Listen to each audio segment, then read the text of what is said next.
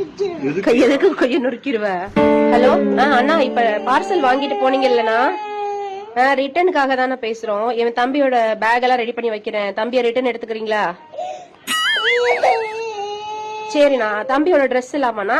சரிண்ணா. தம்பி ஜட்டிமா? சரிண்ணா, ஜட்டி எல்லாம் எடுத்து வச்சுட்டேண்ணா. ரிட்டனுக்கு எல்லா பேக் ரெடி பண்ணி வச்சுட்டேன். தம்பி ரெடி ஆயிட்டா, நீங்க வந்து கூட்டு போறீங்களா? சாப்பாடை ஊட்டி விட்டு ரெடி பண்ணி வைக்கவா? சரிண்ணா சரிண்ணா. அவர் வர நான் ரிட்டர்ன் எடுத்துட்டு போக வா. நீ ஒரு வாரமா லீவ் விட்டாங்க. ஒரு நாளைக்கே எனக்கு ஒரு நாள் தான் முடிஞ்சிருக்கு, சனிக்கிழமை. அதுக்கே எனக்கு தொல்லை தாங்க முடியல.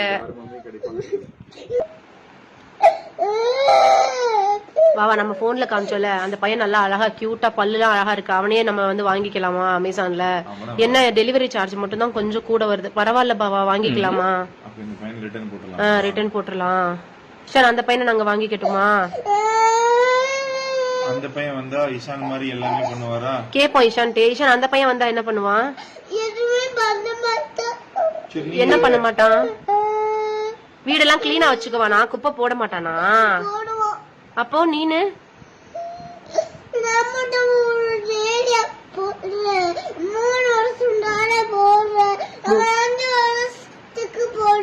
நான் 3 வருஷமா தான் குப்பை போட்டிருக்கேன் பிறந்ததுல இருந்து.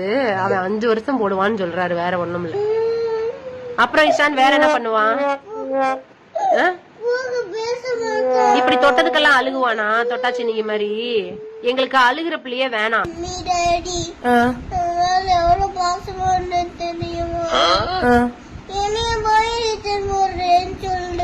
உங்களுக்கு மனசாட்சியே இல்லையா? மனசு எவ்வளவு கஷ்டப்பட தெரியுமா? ரிட்டர்ன் போட்டு வரப்புல வாங்கினா அவங்க உங்களை ஏமாத்திடுவாங்க. அதுவும் தீபாவளி டைம்ல ஆர்டர் பண்ணா எல்லாமே ஃபேக்கா மம்மி வரும், ஒரிஜினலே வராது. நான் தான் உங்களுக்கு எப்பவுமே ஒரிஜினல். போய் ரிட்டர்ன் போடுறீங்களா? தாய் பாசத்துல நம்மள மிஞ்சினா இருப்பான் போல் இருக்கே.